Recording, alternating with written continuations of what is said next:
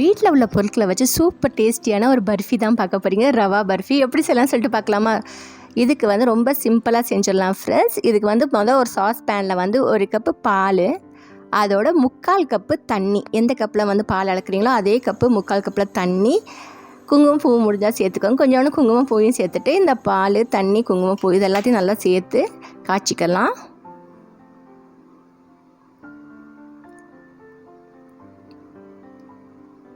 நல்லா மிக்ஸ் பண்ணி விட்டுக்கோங்க. இப்போ இது நல்லா பால் ஆயிடுச்சு, காய்ச்சியாச்சு. இப்போ இது ஓரமாக எடுத்து வச்சிடலாம் ஃப்ரெண்ட்ஸ். அதோட ஒரு கடாய் எடுத்துக்கலாம். அதில் 1/4 கப்பு முந்திரி பருப்பு சேர்த்துக்கிட்டேன். கிட்டத்தட்ட ஒரு 12 முந்திரி பருப்பையும் நல்லா ரோஸ்ட் பண்ணிக்கலாம்.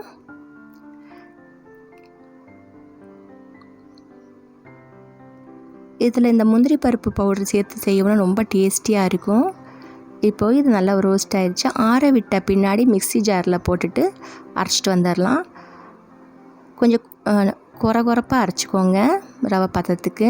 அதோட ஒரு பேனில், அதே பேனில் ஒரு 1/4 கப்பு நெய் சேர்த்துக்கிட்டேன். 1 கப்பு ரவை. இந்த ரவையும் நெய்யும் நல்லா மிக்ஸ் பண்ணி ஃப்ரை பண்ணிக்கலாம்.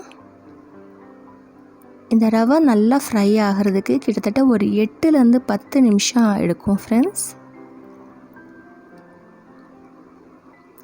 மீடியம் ஃப்ளேம்லேயே வச்சு நல்லா ரவையை கலந்துக்கோங்க. அதோட ஏலக்காய் பொடி இருந்துச்சுன்னா ஏலக்காய் பொடி சேர்த்துக்கலாம். நான் இன்றைக்கி 2 ஏலக்காய் பிச்சு போட்டுக்கிட்டேன். அதோட முந்திரி பருப்பு பவுடர் அரைச்சிருந்தோம் இல்லையா, அதையும் இதோட சேர்த்துக்கலாம்.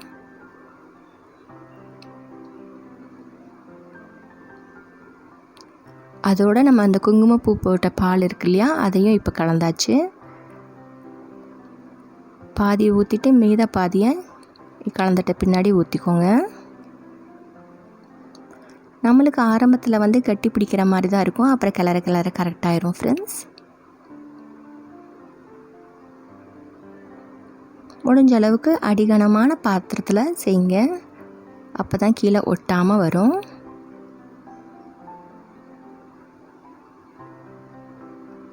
மீடியம் ஃப்ளேம்லேயே வச்சு நல்லா மிக்ஸ் பண்ணி விட்டுக்கோங்க.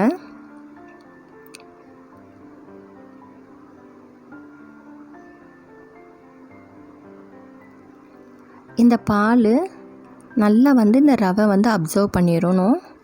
அதுக்கு அடுத்து தான் இனிப்பு சேர்க்கணும். இதுக்கு இன்றைக்கி நான் வந்து ஒரு 3/4 கப்பு சர்க்கரை சேர்த்துக்கிட்டேன். 3/4 கப்பு சர்க்கரை கரெக்டாக இருக்கும் இந்த ஸ்வீட்டுக்கு.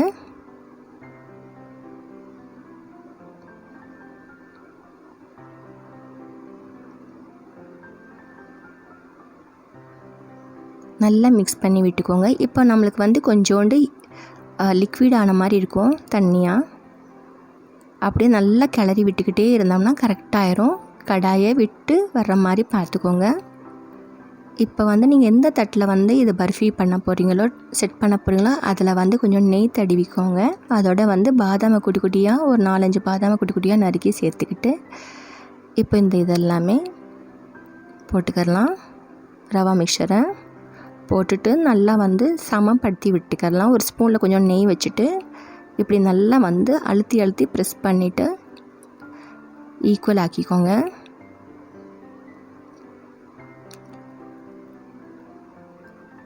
இது நல்லா ஆறட்டும். ஆறிட்ட பின்னாடி இப்போ வந்து ஓரங்களெல்லாம் இது மாதிரி நைஃப் வச்சு இது பண்ணிவிட்டு ஒரு தட்டு போது டீமோல்ட் பண்ணிக்கலாம். ஈஸியாக வந்துடும், நல்லா ஒட்டாமல்.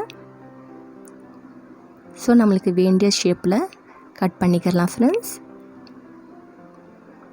நீங்களும் கண்டிப்பாக இந்த ரவா பர்ஃபியை இது மாதிரி செஞ்சு வீட்டில் உள்ளவங்க எல்லாத்துக்கும் கொடுத்து நீங்களும் சாப்பிடுவோம். உங்கள் எல்லாத்துக்கும் ரொம்ப ரொம்ப பிடிக்கும். அப்படியே வீடியோ பிடிச்சா லைக் பண்ணுங்கள் ஃப்ரெண்ட்ஸ். இது வரைக்கும் சப்ஸ்கிரைப் பண்ணலன்னா சப்ஸ்கிரைப் பண்ணி வச்சுக்கோங்க. ஃப்ரெண்ட்ஸ் அண்ட் ஃபேமிலி மெம்பர்ஸோடு ஷேர் பண்ணி விடுங்க. நம்மளோட சூப்பர் டேஸ்டியான ரவா பர்ஃபி ரெடி ஆயிடுச்சு. Thanks for watching and take it. Bye bye.